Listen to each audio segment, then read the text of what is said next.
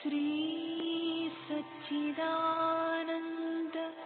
सद्गुरु साईनाथ महाराज की जय। सद्गुरु श्री साईनाथुनि शरद बाबूजी की जय। సాయి వంటి దైవంబు లేడోయి లేడోయి, ప్రజలందరి నోట సాయి నామం పలకాలి, సర్వత్రా సాయి రూపం రంజిల్లాలి, ముజ్జగాలు సాయి మహిమతో ముప్పిరిగొనాలి. సాయి పదరవళులు మన హృదయ కుహరంలోని నిశ్శబ్ద నిశీధిలో ప్రతిధ్వనించాలి. ప్రణవనాద వీచికల్లా సాయి జ్ఞాన సౌరభాలు సర్వత్రా వ్యాపించాలి. ఆ సుజ్ఞాన సౌరభాల ఆస్వాదనలో మన మనసులు మత్తెక్కాలి. సాయి ప్రేమామృత ధారలు అంతటా నిరంతరం వర్షించాలి. ఆ ప్రేమామృత ధారలలో తడుస్తూ, ఆ జ్ఞాన సౌరభాల మత్తులో ఆనందంగా నర్తిస్తూ సాయి వంటి దైవంబు లేడోయి లేడోయి అని అందరూ ఏకకంఠంతో గానం చేయాలి. అదే నా ఆశ, ఆశయం, ఆకాంక్ష. అదొక మధుర స్వప్నం. ఆ స్వప్న సాఫల్యం కోసం శ్రీ సాయినాథుని అనన్య ప్రేమతో, ఆర్ద్రతతో ప్రార్థించటమే మనం చేయగలిగింది, చేయవలసింది. శ్రీ బాబూజీ.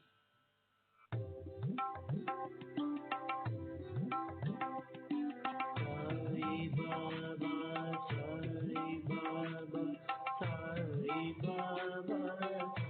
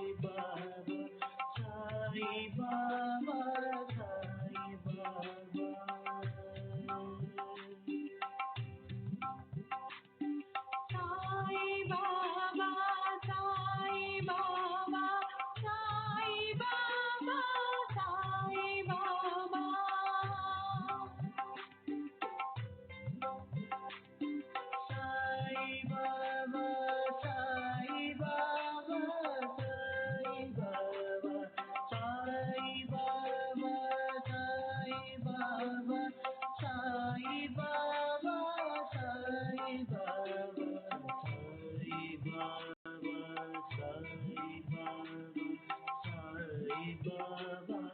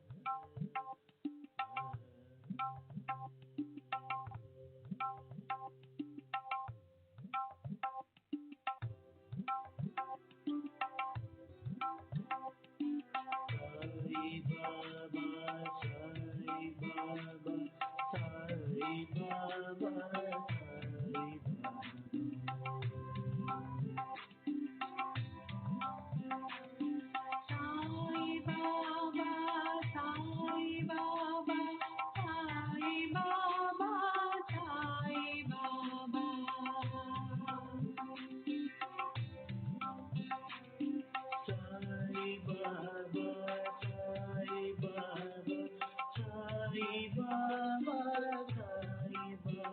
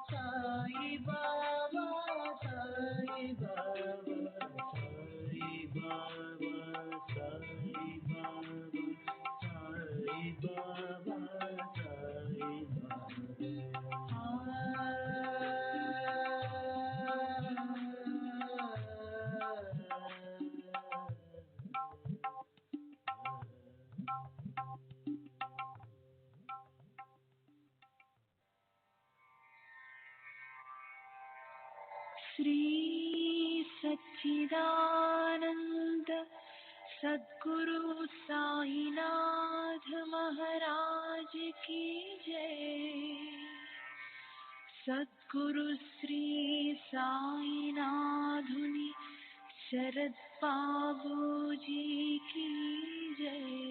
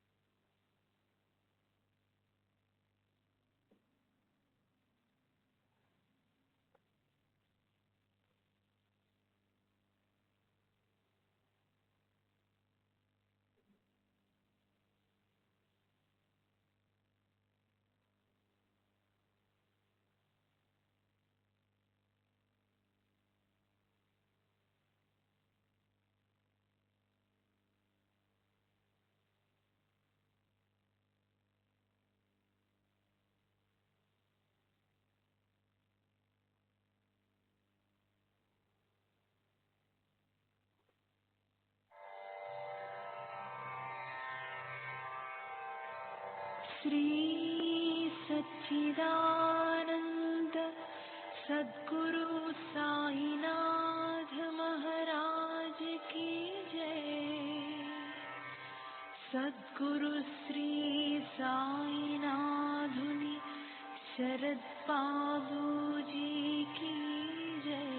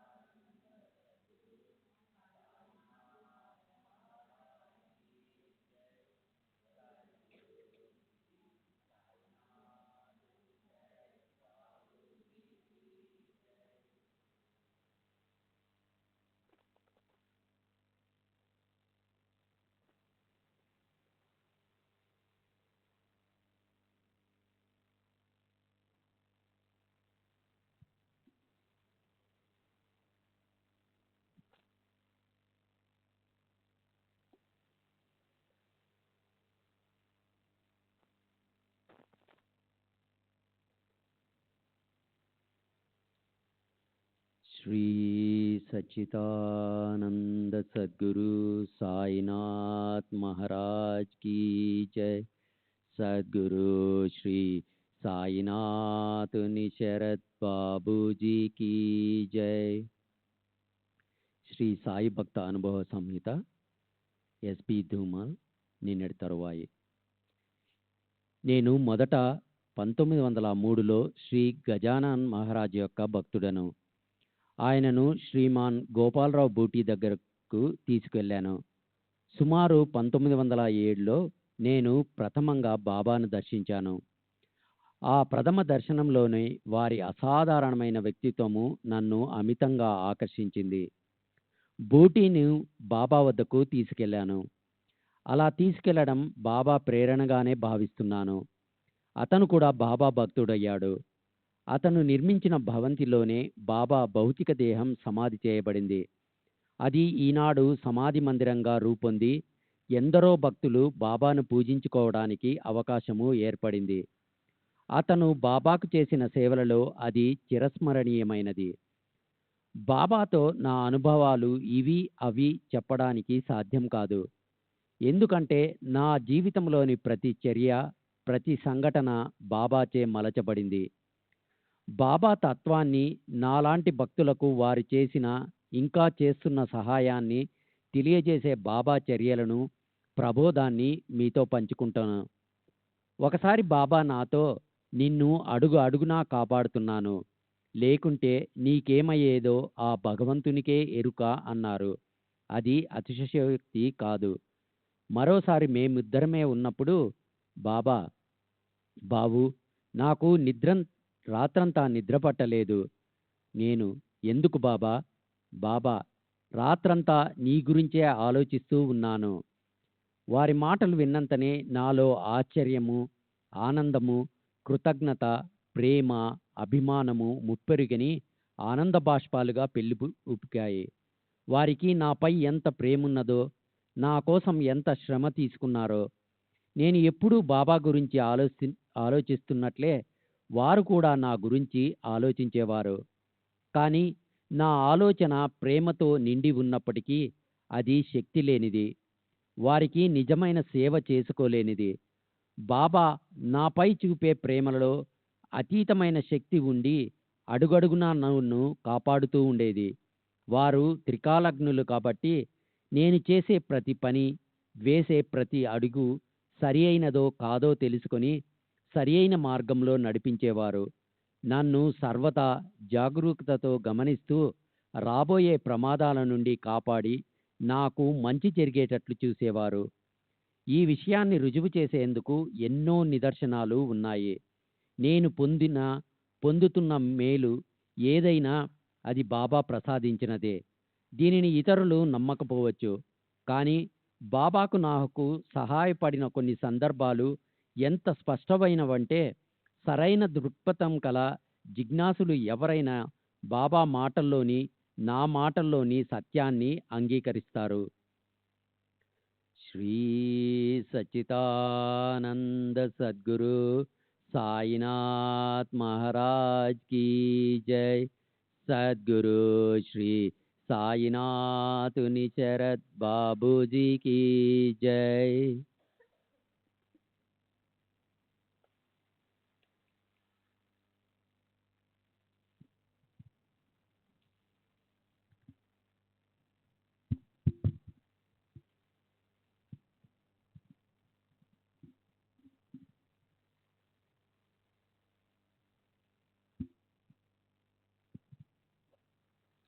బాబాకు నేను తరచూ జాబులు రాస్తుండేవాణ్ణి.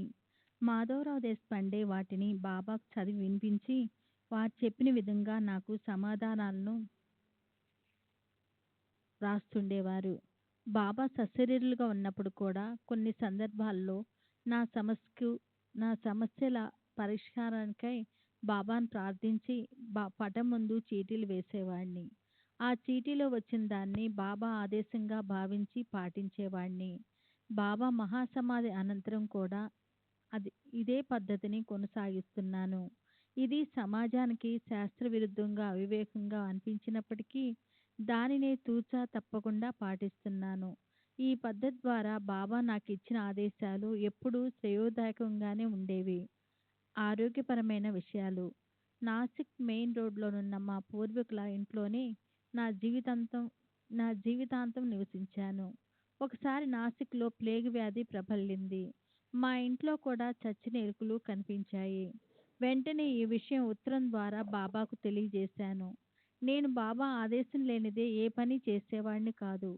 సదా వారి రక్షణలో ఉన్నందువల్ల వారి సమాధానం వచ్చే వరకు ఆ ఇంట్లోనే గడపటం క్షేమమని భావించి అక్కడే ఉన్నాను. నేను వేసే ప్రతి అడుగులోనూ తాము మార్గదర్శకత్వం వహిస్తున్నామని బాబా చెప్పే ఉన్నారు.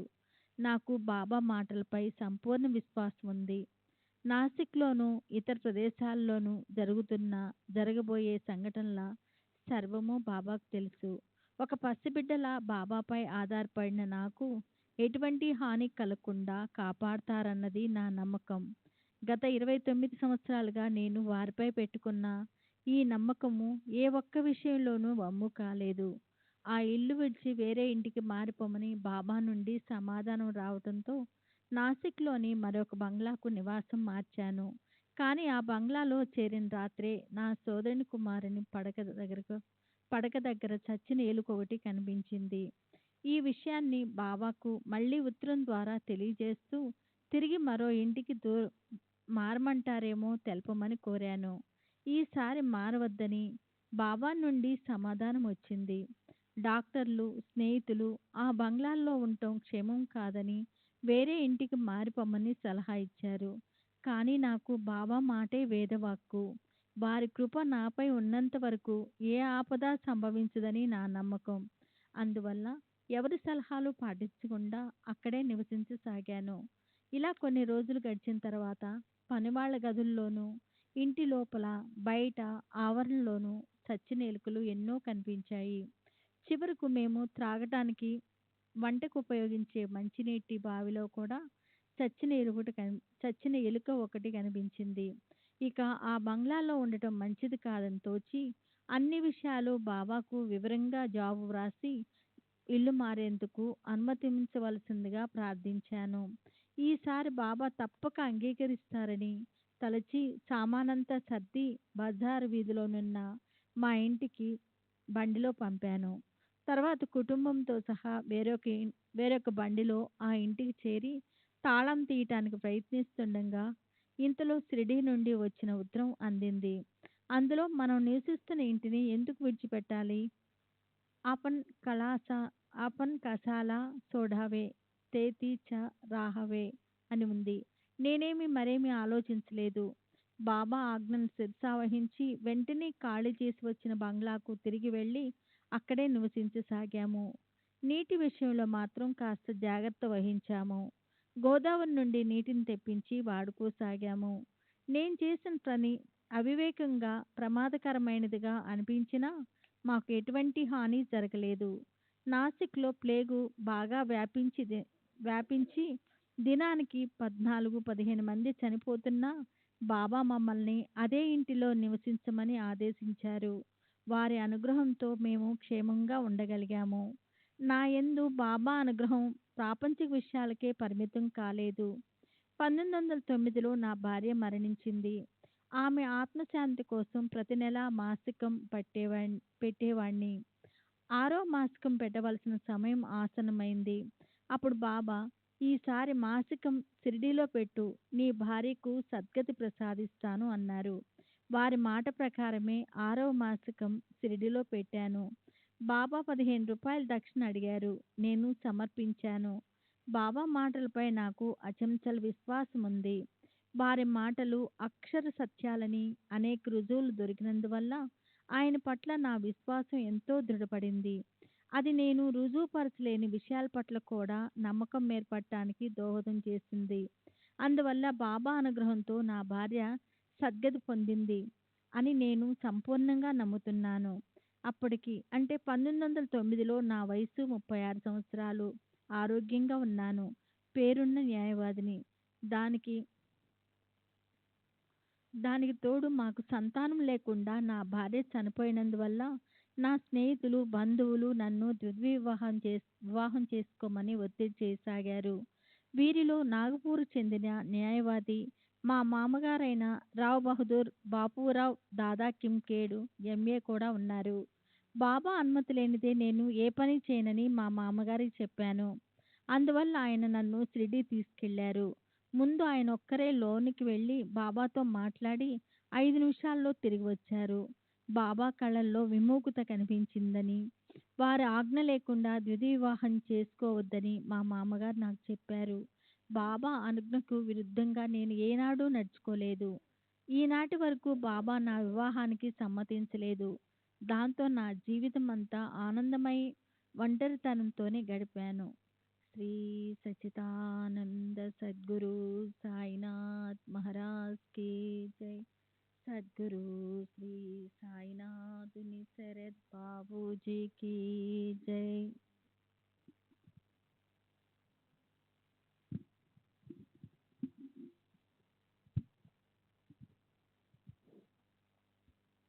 శ్రీ సచ్చిదానంద సద్గురు సాయినాథ్ మహారాజ్ की जय. సద్గురు శ్రీ సాయినాథుని శరత్ బాబూజీ की जय. నేను ప్రాపంచిక జీవితంలో సాధించిన విజయాలు ఎనలేనివి. వృత్తిపరంగా నా విజయం పరంపరాలు ముకుటమాయమైనవి. నేను ఆర్థికంగా ఎంతో ఎదిగాను. దానికి నేను చెల్లిస్తున్న ఆదాయపు పన్నే నిదర్శనం. ఇదంతా బాబా అనుగ్రహంతోనే సాధ్యమయ్యింది. ఇన్ని విజయాలు సాధించినప్పటికీ వారు నన్ను ప్రాపంచిక బంధ బంధాల నుండి దూరంగా ఉండేటట్లు చేశారు. బాబా నాకు విజయవంతమైన ఐహిక జీవితం ప్రసాదించిన తరువాత పారమార్థిక విషయాల వైపు నా దృష్టిని మరలించారు.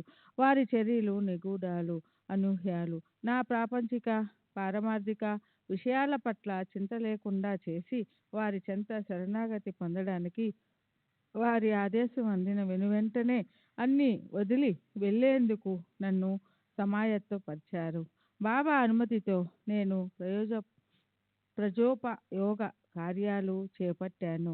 వీటన్నిటిలో బాబా యొక్క అద్భుత సహాయం కనిపిస్తుంది. కొన్ని సంఘటనలు నమ్మశక్యం కానివిగా ఉన్నందువల్ల వాటిని మీకు చెప్పడానికి సందేహించాను. కానీ నేను ఇతరుల నమ్మకాలను, అపనమ్మకాలను పట్టించుకోను. మీరు వాస్తవాలు చెప్పమన్నారు కాబట్టి నా అనుభవాలను జరిగినట్లుగా చెప్తున్నాను.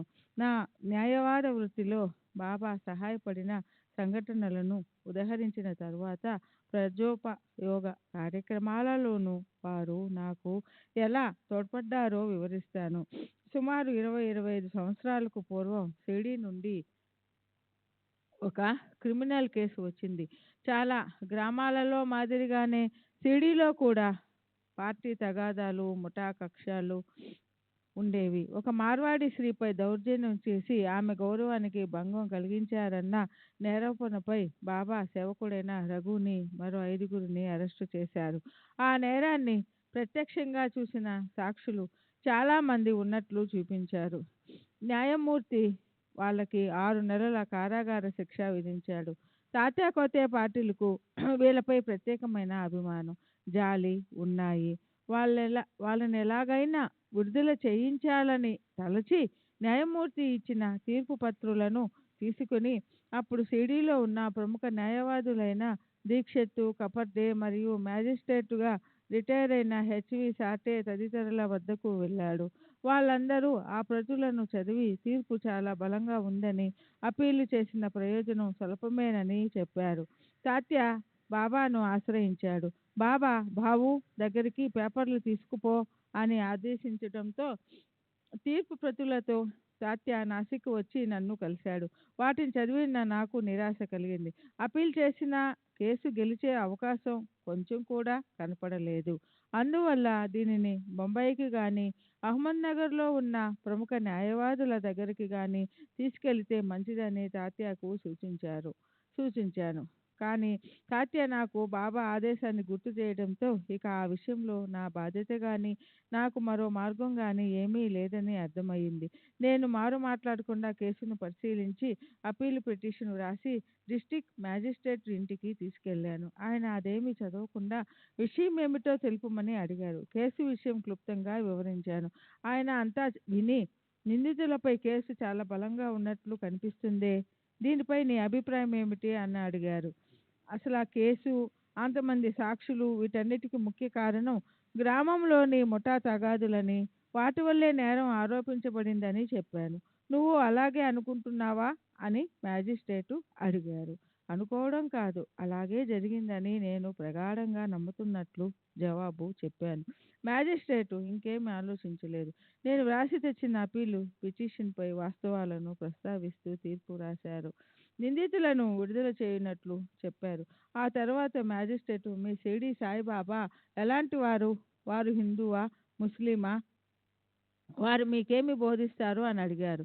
సాయిబాబా హిందువు కాదు, ముస్లిము కాదు, ఈ రెండిటికి అతీతులు అని జవాబిచ్చాను. వారు బోధించేదేమిటో నేను వివరించలేనని స్వయంగా వారిని దర్శించి తెలుసుకోవాలని చెప్పాను.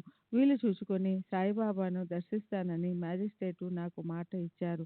వాస్తవానికి ఆ తర్వాత వేసవిలో ఒక రోజున ఆయన బాబాను దర్శించాలని షిరిడీ బయలుదేరి ఎండ తీవ్రంగా ఉండడంతో కోపరగాం నుండే వెనుదిరిగారు.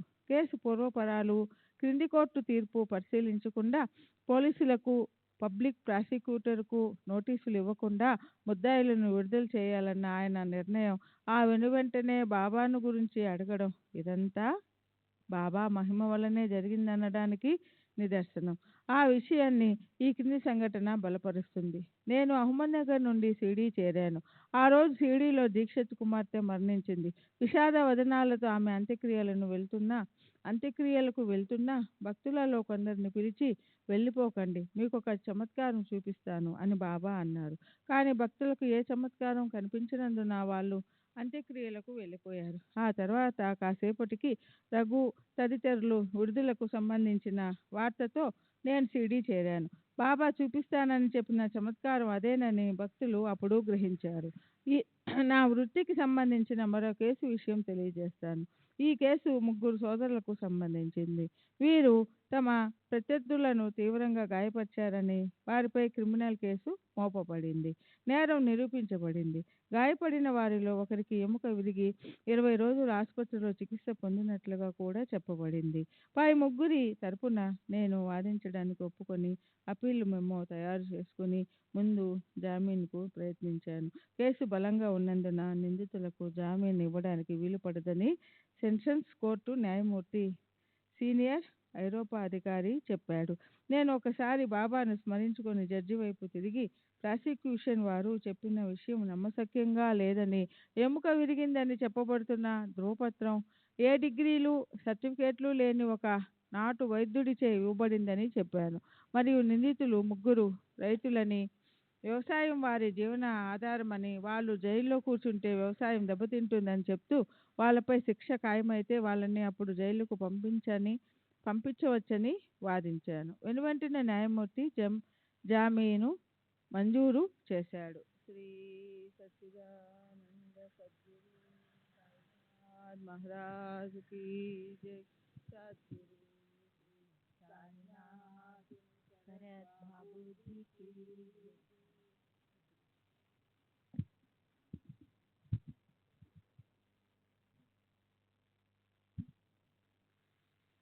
శ్రీ సచ్చిదానంద సద్గురు సాయినాథ్ మహారాజ్ की जय. సద్గురు శ్రీ సాయినాథ్ శరత్ బాబూజీ की जय. కొద్ది రోజుల తర్వాత కేసు విచారణకు వచ్చింది. నేను వాదించబోయేది ఖైదీలను విడుదల చేసేందుక లేక కేవలం క్షమాభిక్ష కొరక అని పబ్లిక్ ప్రాసిక్యూటర్ నన్ను అడిగాడు. క్షమాభిక్షకైతే తాను వ్యతిరేకించనన్నాడు. తీర్పు బలంగా ఉన్నప్పటికీ బాబాపై భారం వేసి ఖైదీల విడుదల కోసమే వాదిస్తానని చెప్పాను. ఒక నాటు వైద్యునిచే ఇవ్వబడిన ధ్రువపత్రాన్ని ఆధారం చేసుకొని ప్రమాదకరంగా గాయపరిచారని చెప్పటం సబబు కాదని వాదించాను. నేను శిక్ష రద్దు కొరకు వాదించటం మొదలుపెట్టిన చివరకు సాధ్యమైనంత వరకు శిక్షను తగ్గించమని న్యాయమూర్తిని వేడుకున్నాను. అందుకు న్యాయమూర్తి, నేను కోర్టు వారిని క్షమాభిక్ష కొరకే అభ్యర్థిస్తున్నాను, అంతసేపు వాదించకుండా ఉండాల్సింది అంటూ ఒక నాటు వైద్యుడిచ్చిన ధ్రువపత్రం ఆధారంగా ప్రత్యర్థిని తీవ్రంగా గాయపరిచారని ఎలా చెప్తున్నావు అని ప్రాసిక్యూటర్ అడిగాడు. ప్రత్యర్థి 20 రోజులు చికిత్స పొందాడు కదా అని ప్రాసిక్యూటర్ జవాబు చెప్పాడు. అప్పుడు న్యాయమూర్తి, నీ వాదన 3వ తరగతి మేజిస్ట్రేట్ ముందు ప్రవేశపెట్టదగినది. నీవు సెషన్స్ కోర్టు న్యాయమూర్తి ముందు వాదిస్తున్నావన్న విషయం మర్చిపోయావు అని గద్దించాడు. దీని తర్వాత ప్రాసిక్యూటర్ మౌనం వహించాడు. దాంతో వాదన ముగిసింది. న్యాయమూర్తి అప్పీల్దారులను విడుదల చేశాడు. నా ప్రజా సంబంధిత కార్యక్రమాల గురించి మొదట నేను చెప్పవలసింది ఏమంటే, నేను నాసిక్ జిల్లా లోకల్ బోర్డు అనధికార అధ్యక్షునిగా ప్రభుత్వంచే నియమింపబడ్డాను.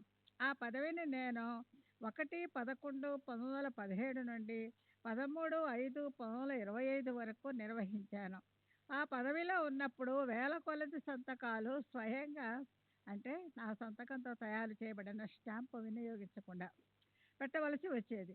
దీనికి రోజులో చాలా సమయం కేటాయించవలసి వచ్చేది.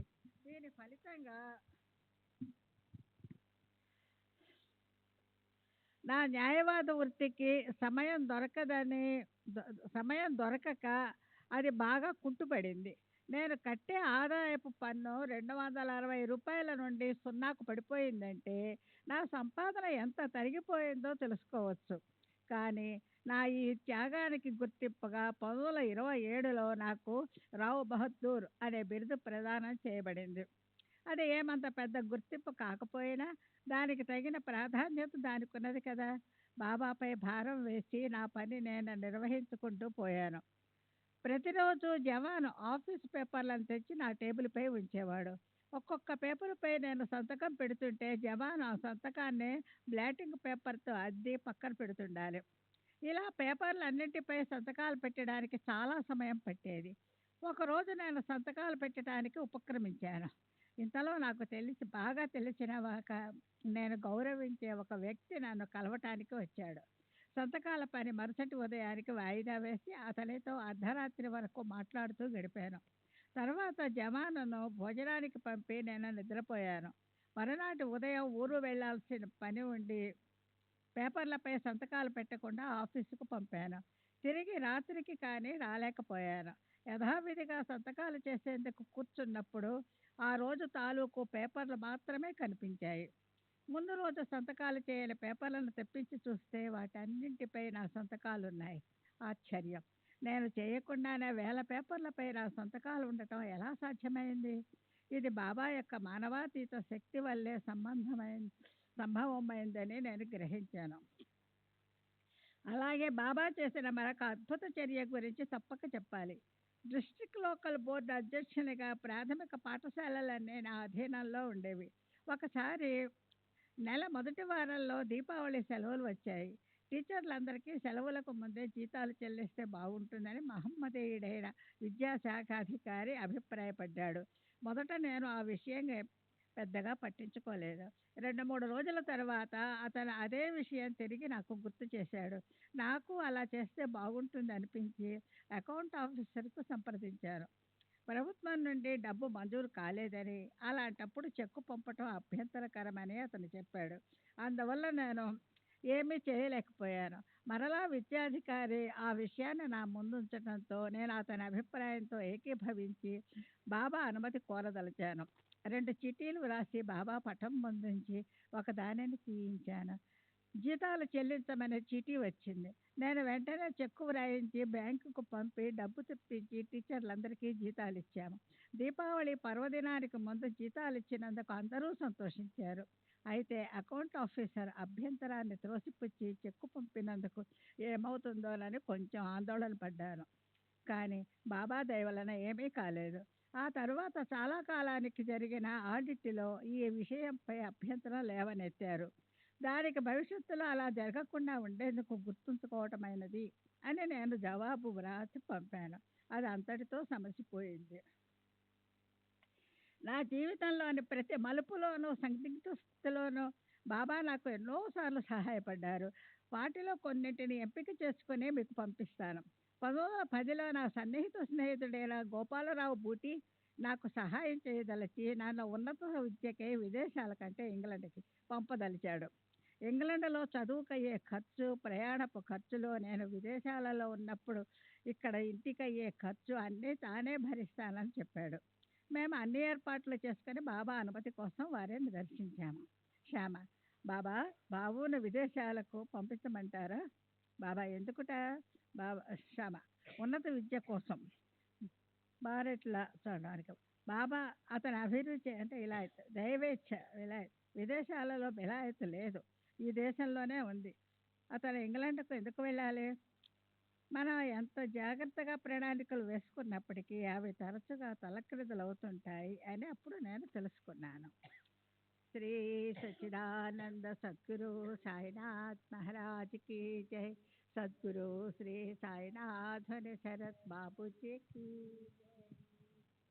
1912లో జేజే హాస్పిటల్లో నాకు ఒక ఆపరేషన్ జరిగింది. అది క్లిష్టమైన ఆపరేషన్. ఆపరేషన్కు ముందు మత్తిచ్చారు. మత్తులోనికి జారే ముందు నేను వెనుకకు తిరిగి చూశాను. నా తల వైపు ఆపరేషన్ టేబుల్ వద్ద బాబా ఒక కుర్చీలో కూర్చుని ఉన్నారు. బాబా నా వెంటే ఉన్నారు అన్న భరోసా కలిగింది. వారి దయ వలన ఆపరేషన్ విజయవంతంగా జరిగింది.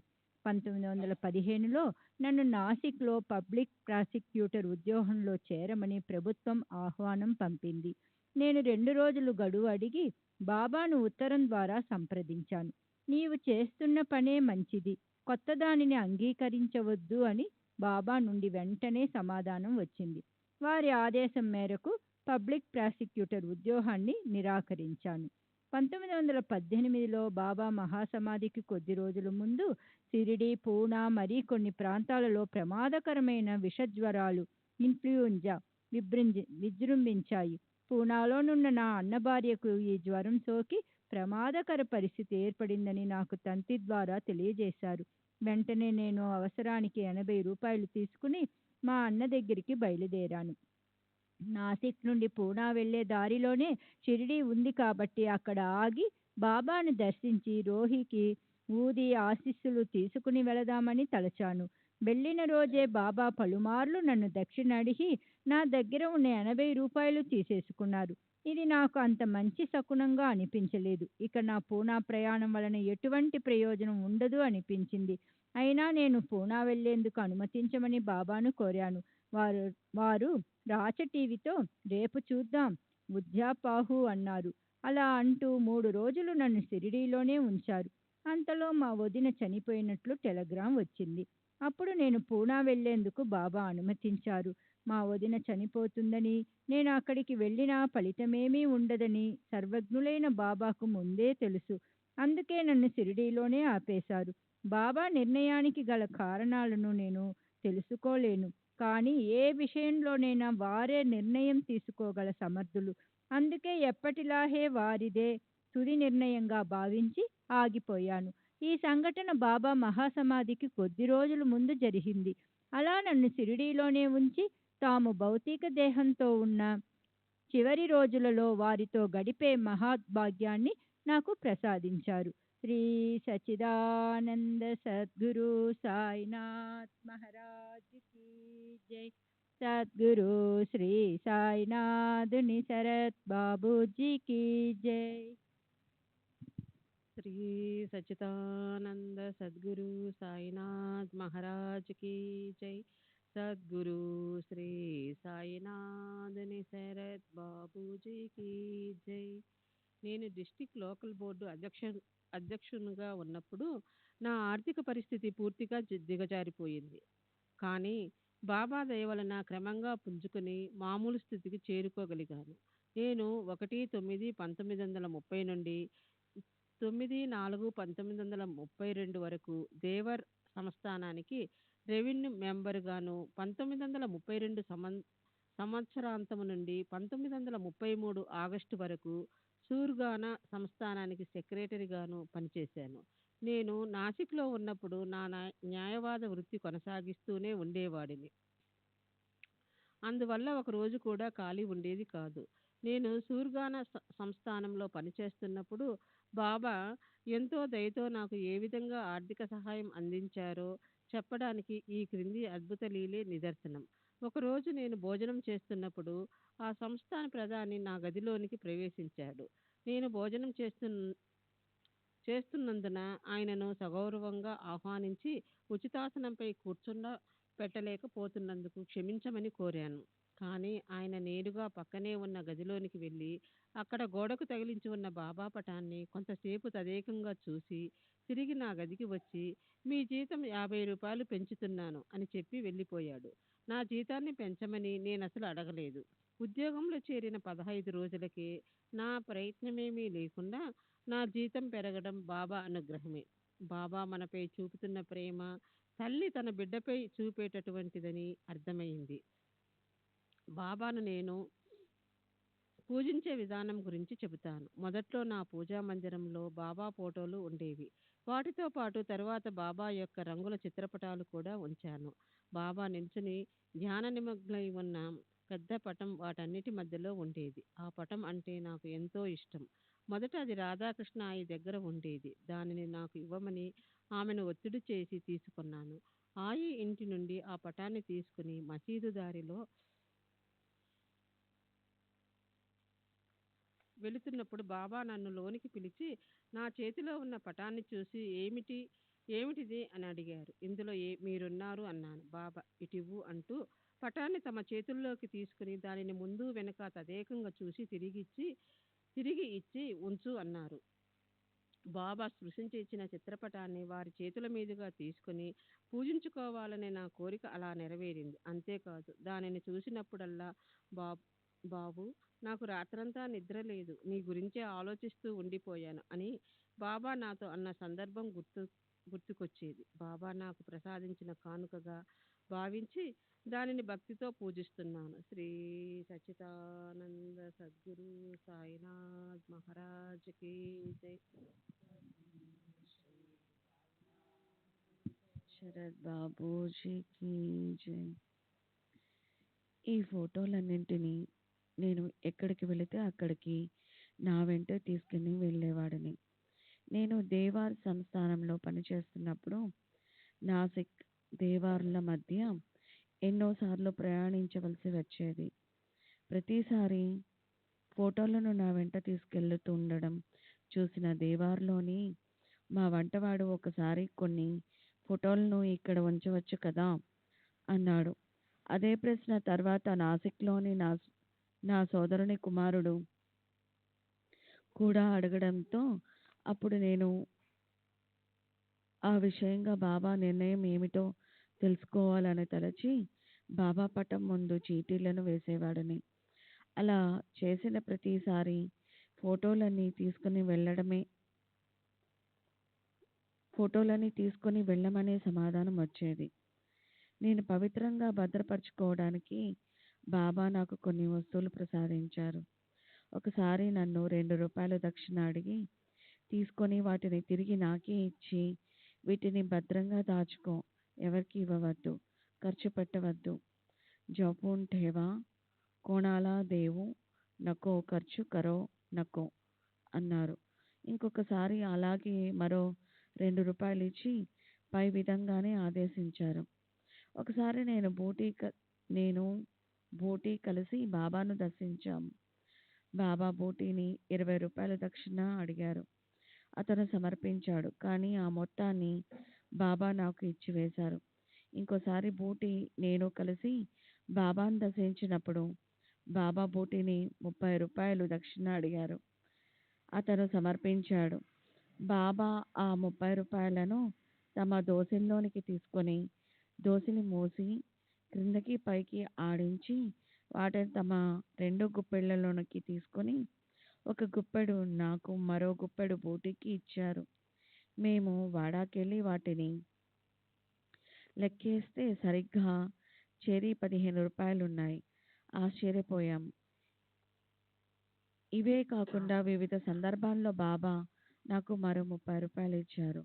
అలా బాబా నాకు ఇచ్చిన మొత్తం 69 రూపాయలు అయింది. వీటిని బాబా నాపై చూపిన ప్రేమకు జ్ఞాపికంగా మాత్రమే కాక నాకు అదృష్టాన్ని తెచ్చిపెట్టే దివ్యమైన నాణాలుగా భావించి చాలా జాగ్రత్తగా దాచుకున్నాను. నిజమైన ప్రేమికుల మధ్య ఇచ్చిపుచ్చుకోవడాలు సహజం. దాతాది ప్రతి గుహ్యతి. బాబాకు నాపై గల ప్రేమే నా రక్షణ దక్షిణ అడిగేటట్లు చేసింది. నేను కూడా ఆనందంగా దక్షిణ సమర్పించేవాడిని. బాబా స్వీకరించే దక్షిణల వెనుక నిగూఢమైన మర్మం ఉండేదని ఆ తర్వాత జరిగే సంఘటనల వల్ల వెల్లడయ్యేది. ఒకసారి భక్తుల దగ్గరున్న డబ్బు మొత్తం చివరి పైసాతో సహా దక్షిణ తీసుకునేవాడిని. యస్యానుగ్రహ మిచ్చామి తస్య సర్వ హరామ్యాహం. అలా నాకు తరచుగా జరిగేది. అటువంటి సమయాల్లో నేను ఎటువంటి బాధ విచారం లేకుండా వారు అడిగినప్పుడల్లా సంతోషంగా దక్షిణ సమర్పించుకునేవాడిని.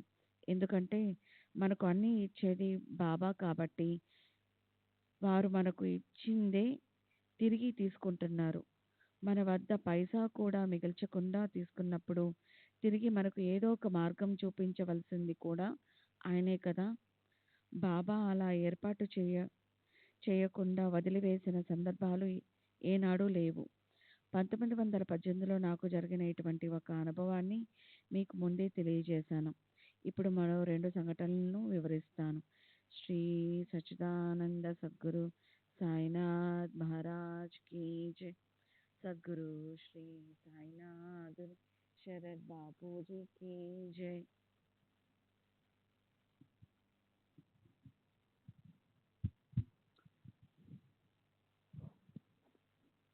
శ్రీ సచ్చిదానంద సద్గురు సాయినాథ్ మహారాజ్ కీ జై.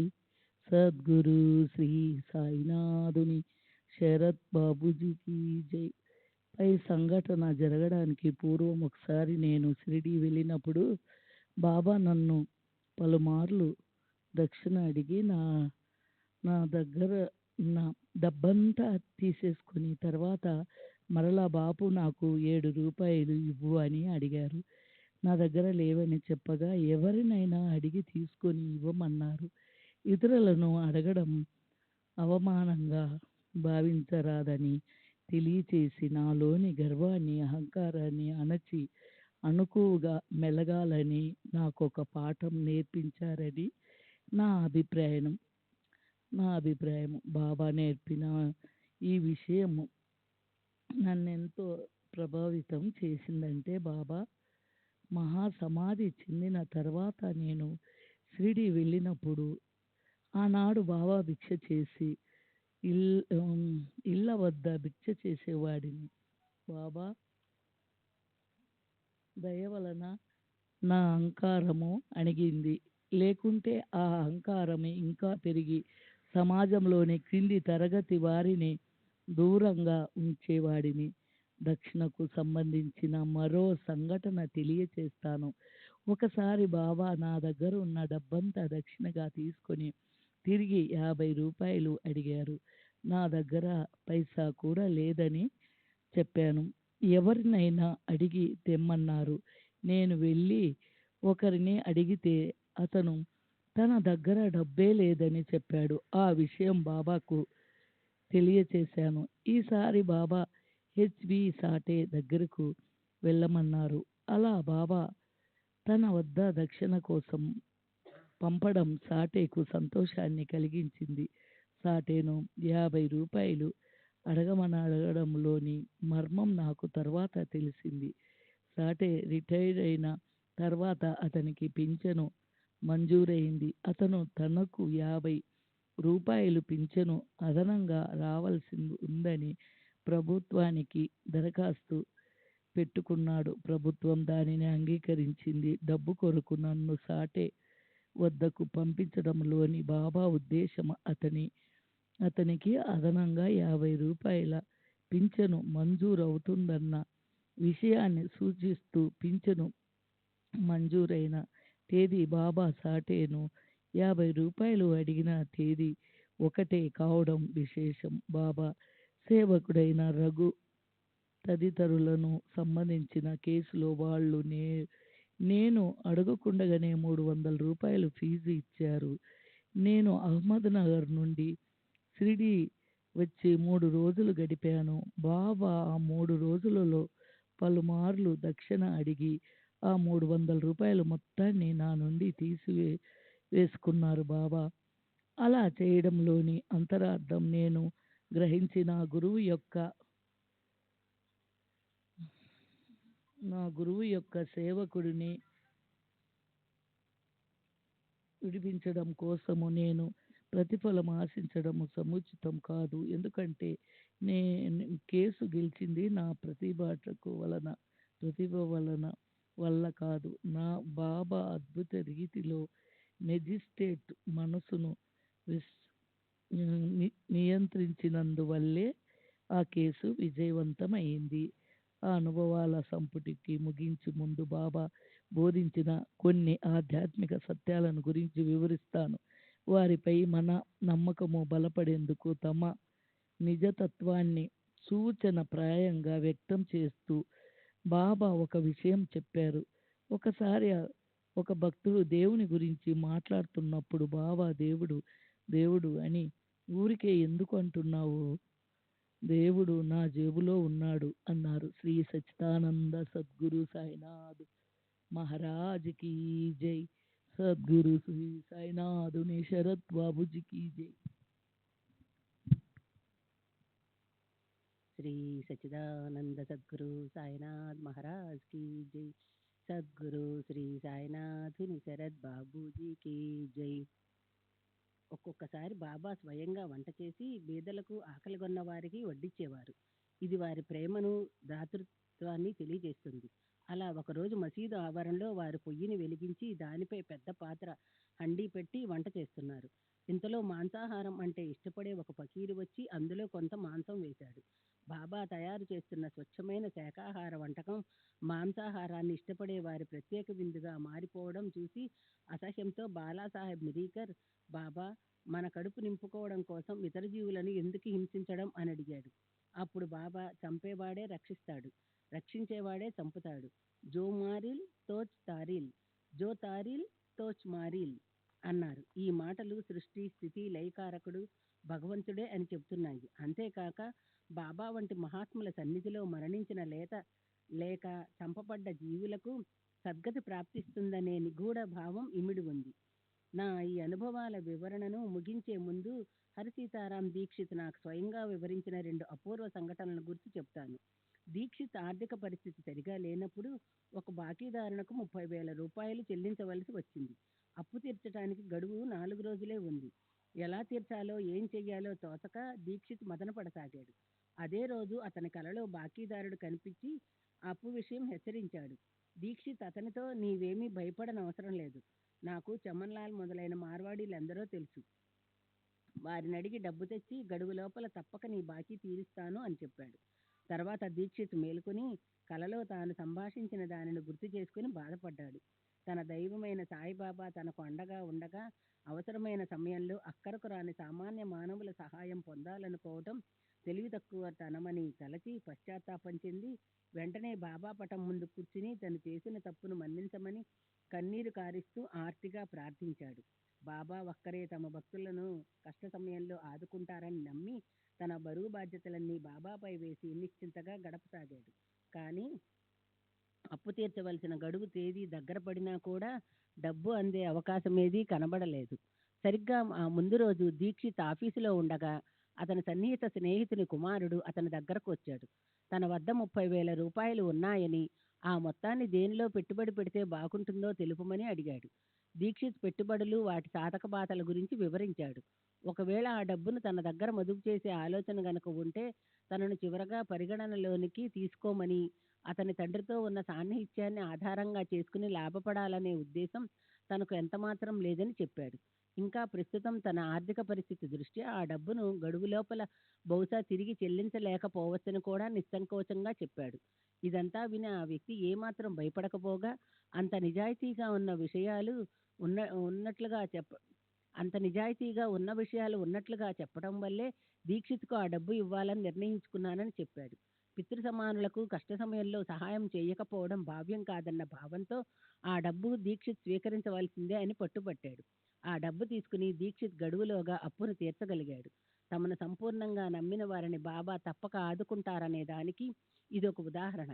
బాబా తమ భక్తులకు సహాయపడే కార్యంలో భాగంగా ఎంతో మంది ఆలోచనలు, సంకల్పాలలో మార్పు తేగలరని, వేలాది రూపాయలను తమ భక్తుల కొరకు సమకూర్చి పెట్టగల సమర్థులని ఈ లీల ద్వారా నిరూపించారు. దీక్షిత్ తమ్ముడు సదాశివు BA LLB చదివి న్యాయవాద వృత్తిని చేపట్టాడు. మొదట నాగపూర్లోను, తర్వాత బొంబాయి, ఖాండ్వాలలో ప్రాక్టీస్ చేసినా ఎక్కడా రాణించలేకపోయాడు. దీక్షిత్ బాబా ముందు చీటీలు వేశాడు. అతనిని బొంబాయికి తీసుకుని వెళ్ళవలసిందిగా బాబా ఆదేశం వచ్చింది. దాంతో అతనిని బొంబాయి తీసుకెళ్లి తన ఆఫీసులో పెట్టుకున్నాడు. కానీ అతను అక్కడ కూడా సంతృప్తికరంగా పనిచేయలేకపోయాడు. సదాశివ్ తిరిగి వెళ్ళిపోతానని తన అన్నతో చెప్పాడు. బాబా ఆదేశం మేరకు బొంబాయి తీసుకుని వచ్చిన ఫలితం ఎందుకు దక్కలేదోనని దీక్షిత్ ఆశ్చర్యపోయాడు. బాబా ఆదేశం వమ్ము కావడానికి వీలు లేదు. అందువలన మరికొద్ది రోజుల్లో వచ్చే దీపావళి సెలవుల వరకు సదాశివును ఖాండ్వా తిరిగి వెళ్లకుండా ఆగమని కోరాడు. ఈలోగా పరిస్థితులు అద్భుతమైన మలుపు తిరిగాయి. ఒకరోజు దీక్షితును స్నేహితుడొకడు కలిసి కచ్ రాష్ట్రం వారు తమ బ్యాంకులో పనిచేసేందుకు గుజరాతీ భాష పరిజ్ఞానమున్న నమ్మకమైన అభ్యర్థి కోసం వెతుకుతున్నారని దీక్షిత్కి చెప్పాడు. దీక్షిత్ తన తమ్ముని విషయం ప్రస్తావించాడు. ఆ స్నేహితుడు తనకు సదాశివ్ ఖాళీగా ఉన్న విషయం తెలియదని, అతడైతే తనకు మరీ సంతోషమని అన్నాడు. వెంటనే కచ్ రాష్ట్రం వారికి అతన్ని సిఫారసు చేశాడు. నిజానికి సదాశివ్ న్యాయవాద వృత్తిలో పలుచోట్ల విఫలమైన నెలకు 1000 రూపాయల జీతంపై అతను బ్యాంక్ ఆఫీసర్గా నియమించబడ్డాడు. సదాశివ్ ఆ ఉద్యోగంలో చాలా కాలం పనిచేశాడు. దీన్ని బట్టి బాబా సదాశివును బొంబాయి వెళ్ళమని ఆదేశించడంలోని ఆంతర్యం అతనికి శాశ్వత ప్రయోజనం చేకూర్చేందుకే అని అర్థమవుతున్నది. శ్రీ సచ్చిదానంద సద్గురు సాయినాథ్ మహారాజ్ की जय.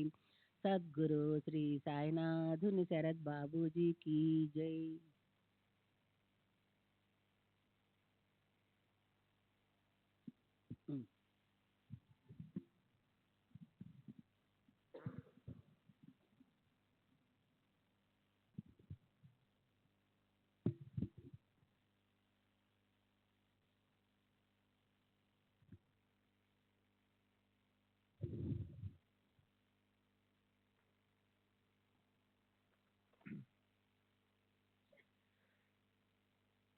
ఎస్బి నాచ్నే.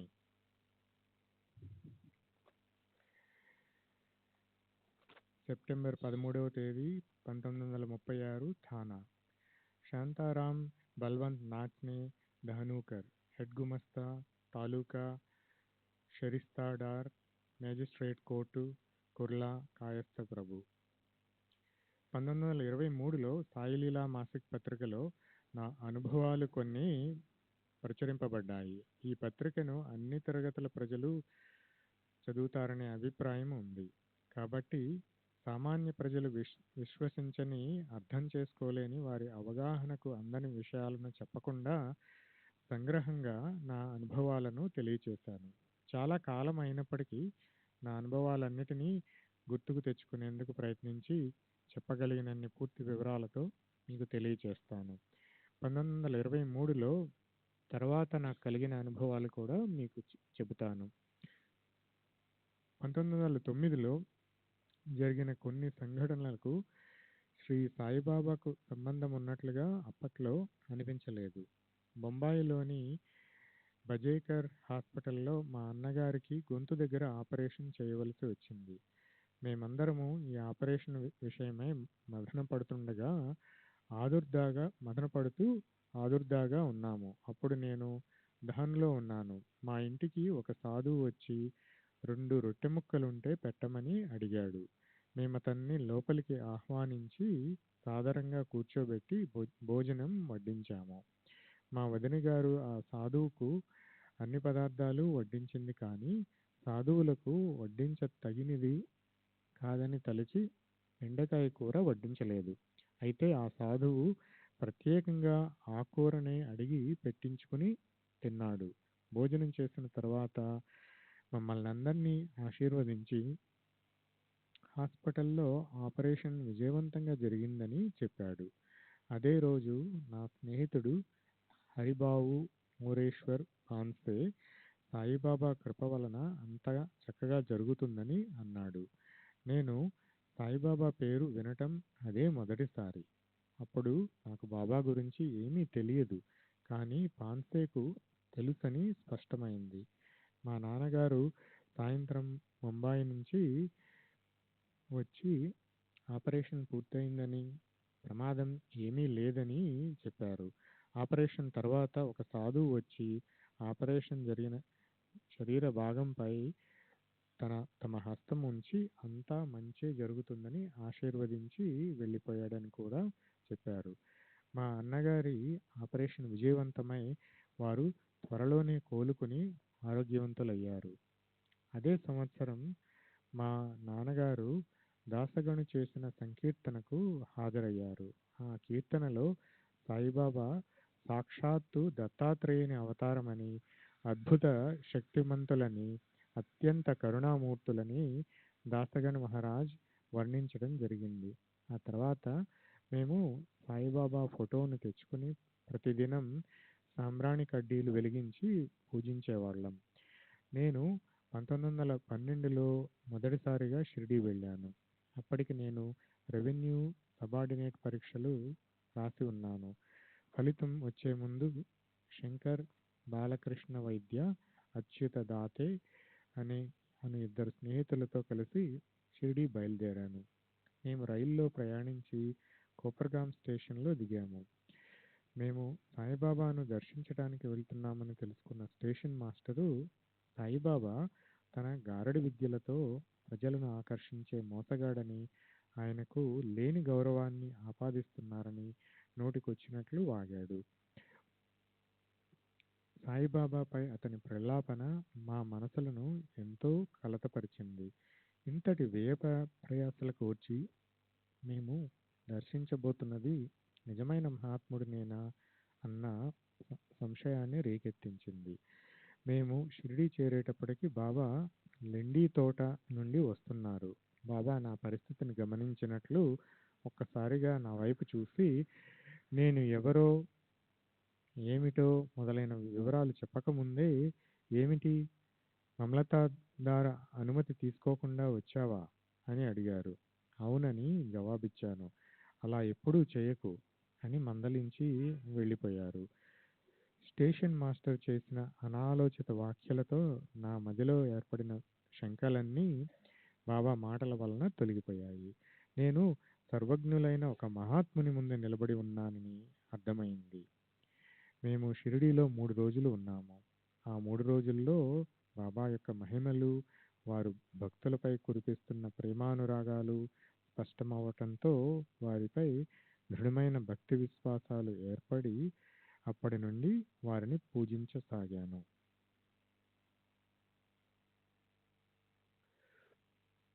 బాబా నాపై ప్రత్యేకమైన అభిమానం చూపారు.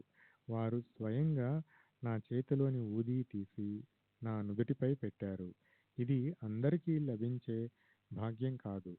ఒకరోజు ఆరతి సమయానికి మసీదు చేరిన భక్తులతో పాటు నేను ఉన్నాను. బాబా నన్ను చూసి వాడాకెళ్ళి భోజనం చేసి రమ్మన్నారు. బాబా, ఈరోజు ఏకాదశి అన్నాను. సాధారణంగా నేను ఏకాదశి రోజుల్లో ఉపవాసం ఉండను. కానీ నా ఇద్దరి మిత్రులకు ఏకాదశి రోజు ఉపవాసం ఉండే అలవాటుంది. నా మిత్రులు ఉపవసిస్తుండగా నేను మాత్రం భోంచేయడం బాగుండదని నేను కూడా ఉపవాసం ఉంటున్నాను. బాబాకు నేను ఉపవసించటం ఇష్టం లేదు. వైద్య దాతయ్యలను చూపిస్తూ, వీళ్ళు పిచ్చివాళ్ళు, నువ్వు వాడాకు వెళ్ళి భోంచేసిరా అని బాబా నాతో అన్నారు. నేను వాడాకెళ్ళి భోజనం పెట్టమని అడిగాను. వాడాలో భోజనం వడ్డించే వ్యక్తి ఏకాదశి పూట కూడా భోజనం కోసం ఆరాటపడుతున్నానని గొణుక్కుంటూ ఆరతి అయ్యేంత వరకు భోజనం పెట్టనని చెప్పి మసీదుకు బయలుదేరాడు. నేను అతని వెంటే వెళ్ళాను. నన్ను చూస్తూనే, భోజనం చేశావా అని బాబా మళ్ళీ అడిగారు. బాబా, ఆరతి వేళ అయ్యింది కదా, ఆరతి అయిన తర్వాత భోజనం చేస్తాను అన్నాను. కానీ బాబా పట్టుపట్టి, ఆరతి ఆగుతుందిలే, నువ్వు భోజనం చేసి వచ్చిన తర్వాతే మొదలవుతుంది, వెళ్ళిరా అని ఆదేశించారు. భోజనశాలతను ఇక తప్పనిసరి నాకు భోజనం పెట్టాడు. నేను భోంచేసి మసీదుకు తిరిగి వచ్చాను. అదే సమయానికి మావసి, పిన్నమ్మ లేక పెద్దమ్మ అనే భక్తురాలు బాబాకు తాంబూలం బీడా సమర్పించింది. బాబా ఆ తాంబూలం నాకు ఇచ్చి తినమన్నారు. ఏకాదశి రోజున తాంబూల సేవనం నిషిద్ధం కాబట్టి నేను తినటానికి సంశయించాను. కానీ బాబా తిను అని మళ్ళీ అన్నారు. నేను తాంబూలం వేసుకుని నమలసాగాను. ఆ తర్వాతే ఆరతి మొదలైంది.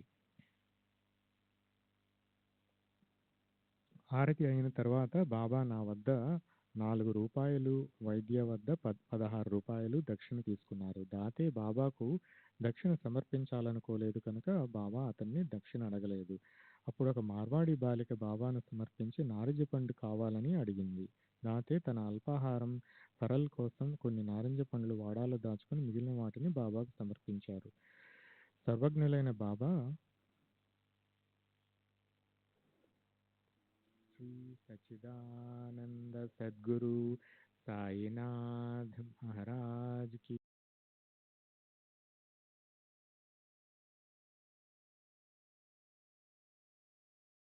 జై.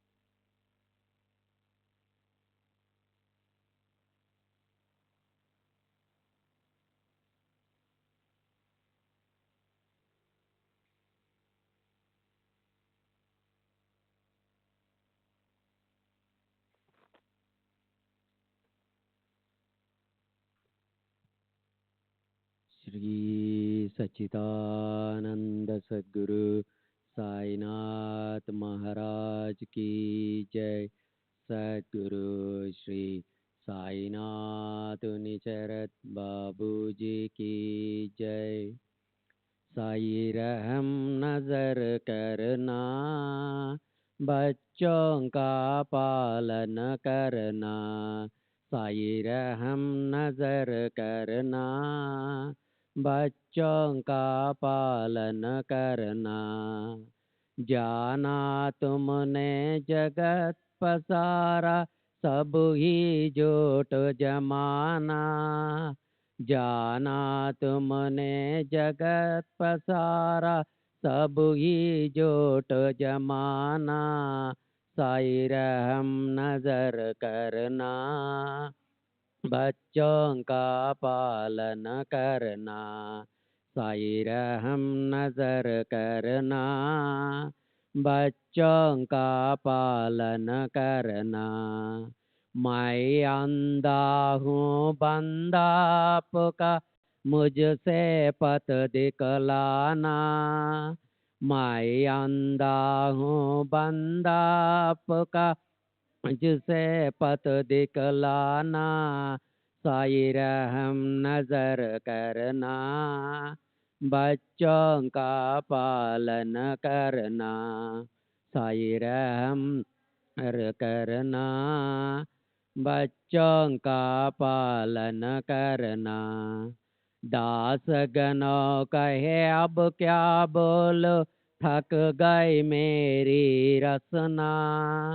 दास गणों कहे अब क्या बोलो, थक गई मेरी रसना।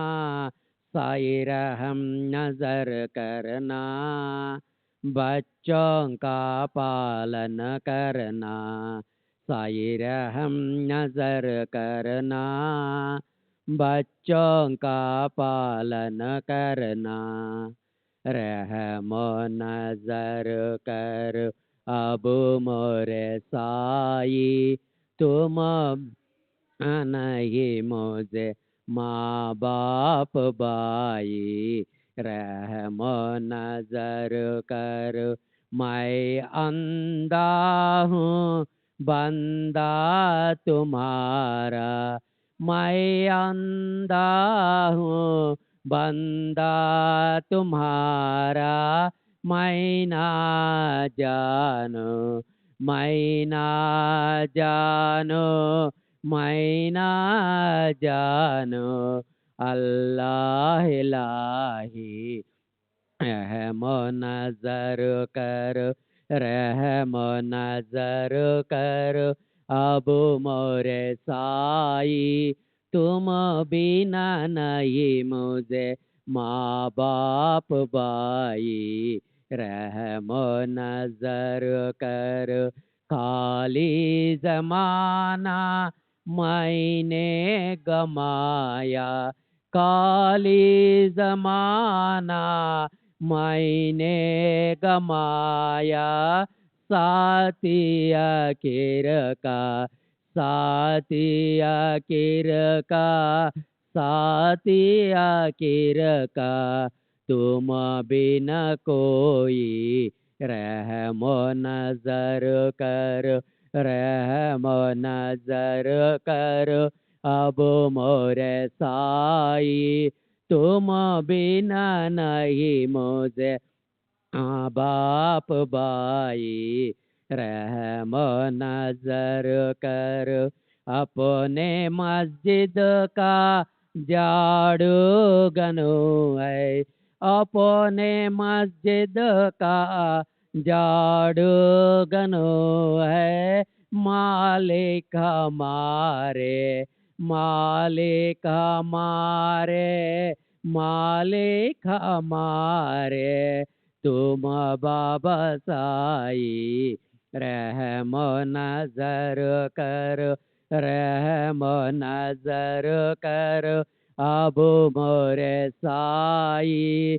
तुम बिना नहीं मुझे माँ बाप बाई।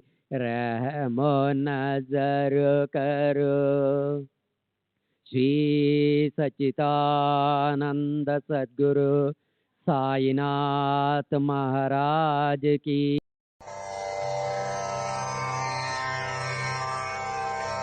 श्री सच्चिदानंद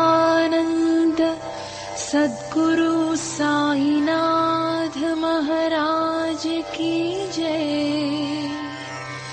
सद्गुरु श्री साईनाथुनि